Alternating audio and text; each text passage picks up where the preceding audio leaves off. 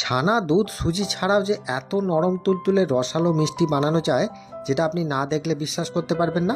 আর একবার বানালে আপনি বারবার বানাবেন। নমস্কার বন্ধুরা, আজ আমি আপনাদেরকে দেখাবো কোনো রকম ছানা তৈরির ঝামেলা ছাড়াই বাড়িতে আপনারা খুব সহজে মিষ্টির দোকানের মতো সেই মাতৃভোগ মিষ্টিটা বাড়িতে আপনারা কিভাবে তৈরি করবেন। এই মাতৃভোগ মিষ্টিটা যেমন সুন্দর দেখতে তেমন সুন্দর তার টেস্ট। মুখে দিলেই মিলিয়ে যায় রসালো নরম তুলতুলে। আর একবার বানিয়ে আপনি 4 থেকে 5 দিন বাড়িতে সংরক্ষণ করে রেখেও খেতে পারবেন। আর এটা বানাতে এমন কিছু বেশি উপকরণ লাগবে না, বাড়িতে থাকা ঘরোয়া কয়েকটা উপকরণ থাকলেই আপনি এটা খুব সহজে বানিয়ে নিতে পারবেন। আর এটা বানানোর পর আপনি যাকেই খাওয়াবেন সেই কিন্তু আপনার প্রশংসা করবে। তাহলে চলুন শুরু করি আজকের এই রেসিপি। তাহলে এখানে দেখুন আমি নিয়েছি হাফ কাপের মতো টক দই। এই টক দইটা ওজন করলে সাধারণত দেখবেন 100 গ্রামের মধ্যেই হবে। আর এই টক দইটার সাথে আমি দিয়ে দিচ্ছি 2 চা চামচের মতো চিনি।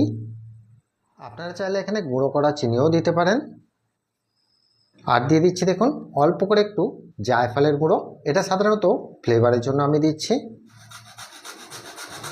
আচ্ছা, খুব বেশি পরিমাণ দেবেন না, অল্প করে দিলেই হবে, কারণ খুব বেশি পরিমাণ দিলে কি হবে, এটা তেঁতো হয়ে যাবে। এবার এই সমস্ত উপকরণগুলো একবার ভালো করে আমি মিশিয়ে নেব। আচ্ছা, টক দই আর চিনিটাকে খুব ভালো করে ফেটিয়ে নিতে হবে, কারণ দেখুন টক দইয়ের মধ্যে অনেক ছোট ছোট দানা থাকে। সেই দানাগুলো এইভাবে ফেটিয়ে নিলে, চিনির সাথে ফেটিয়ে নিলে দানাগুলো কিন্তু খুব সুন্দর মিহি হয়ে যাবে আর কোয়ালিটিটা ভালো আসবে। সেজন্য এটাকে বেশিক্ষণ নয়, 1 মিনিটের মতো জাস্ট এইভাবে একটু ভালো করে ফেটিয়ে নিলেই কিন্তু হয়ে যাবে। দেখতেই পাচ্ছেন এর দানাগুলো কিন্তু খুব সুন্দরভাবে মিহি হয়ে গেছে। আর এখানে যে চিনিটা দিয়েছি সেটা কিন্তু একটু গলতে টাইম দিতে হবে।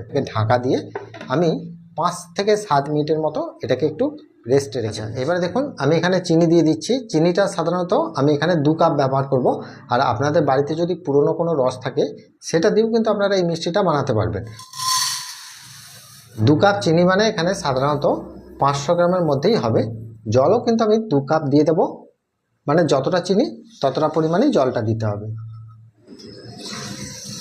আর এখানে দেখুন অল্প করে একটু কেশর দিয়ে দিচ্ছি। কেশর দিলে কি হবে, টেস্টটাও ভালো আসবে আর কালারটাও খুব সুন্দর আসবে। এবারে দেখুন চিনি আর জলটা খুব সুন্দর ফুটে একটা রস তৈরি হয়ে গেছে। আর এটাকে পাক করার দরকার নেই, সেজন্য আমি গ্যাসের ফ্লেমটাকে আমি অফ করে দিলাম। আর এখানে কেশর দেওয়ার কারণে দেখতে পাচ্ছেন রসটার মধ্যে খুব সুন্দর একটা কালার এসে গেছে, এই জন্য কিন্তু ভালো লাগবে। রসটা তৈরি হয়ে যাওয়ার পর এটাকে আমি ঢাকা দিয়ে দিলাম। চিনির রসটা তৈরি করে নেওয়ার পর এবার আমি এখানে টক দইটা যে রেস্টে রেখেছিলাম সেটা নিয়ে নিচ্ছি।